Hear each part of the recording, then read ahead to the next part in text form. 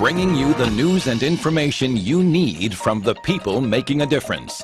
This is Comcast Newsmakers. We're taking you back today, about 70 million years ago, to an exhibit that has a lot of teeth. Make no bones about it. Hello again, and thanks for joining us. I'm Carla Showell-Lee, and you're watching Comcast Newsmakers. In the studio with me this hour is Mike Anderson. He's the Public Relations and Marketing Director of the Reading Public Museum. And today we're talking about the Dinosaurs of the Deep. Thanks for joining us again, Mike. Nice to see you.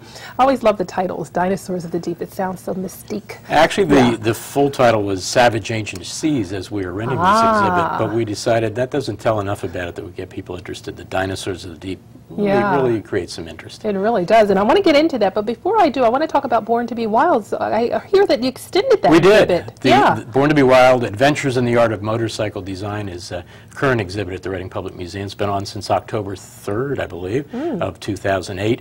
But it was scheduled to end on January 4th, but it's been so popular, and we were able to, secure extra time from the people who are loaning us the bikes, and we might even add a couple extra things as well. And that's going to go through March 8th now. Okay. And the Dinosaurs of the Deep, Savage Ancient Seas, will follow that as soon as we can get all the cycles out and all the skeletons. Exactly. That's quite a transition. And this is your interesting, the exhibit is interesting, I should say, because it's when dinosaurs ruled the Earth. That's right. When dinosaurs were ruling the Earth, these creatures were ruling the American inland seas. These are the the huge turtles, the marine reptiles, even the flying creatures that kind of preyed on those creatures down below. Right, we're talking 70 million years ago. That's a long time ago. That is a long time ago. I know you brought some kind of skeletal specimens, so to speak. Well, that's what we have. Here's the poster that was done for the exhibit in general, and it shows some of the types of creatures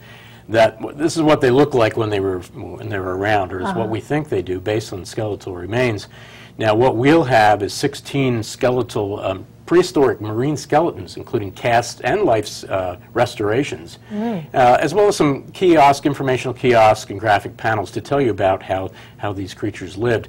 This particular is a cast of a jaw of a particular kind of fish, and it's 8.5 feet high. It could swallow a human being whole, and there's a good photo op. You can stand next to that or inside of it. Oh my goodness. And now these are made from skeletal remains that casts are made in a very specific method, and so they can make them look like they actually looked when they were all constructed. That's amazing how they're able to even preserve them. Oh, it is. Yeah. Now here's another painting of the what's called a Toxocheles. Okay. It's one of the most abundant turtles in the North American inland seaway, and very close relative to modern sea turtles. And sometimes they range in length from 2 to 4 feet. Now we will have a skeletal structure of that alongside of the painting, so you can see what they actually look like. That's nice. And the skeletal remains are full size. And they're full size. And you may have said it before. How many skeletal marines are we There's going to see? 16 of those. Plus there's some hands-on specimens. We'll have an area where kids can learn and actually touch some of these things. You can't touch everything that's on exhibit, but we realize how important it is to get that whole experience, the total experience. And the panels will talk about how the dinosaurs were thought to become extinct, and what role they played, and what the food chains were, and all of that. It's a big part of our past. That was an interesting time period, too. I know people are very inquisitive. I know my little guys are still looking at dinosaur videos just because they just have this fascination with dinosaurs. It is, and we've had a dinosaur exhibit in the past, several years ago. It's very popular. So we know that this is going to create some interest for families, for kids, and kids my age, Right, I know, that's right, at my age, too, as well. How long is the exhibit running for? The exhibit starts, and we're talking off a couple months, right after, like I said, when we bring the Born to be Wild exhibit down. But we'll start on March 28th, which is a Saturday, and it'll run through June 28th, which is a Sunday, all in 2009. And we hope everybody comes out to check it out. And bring the kids, too. I think it's just such an experience for them.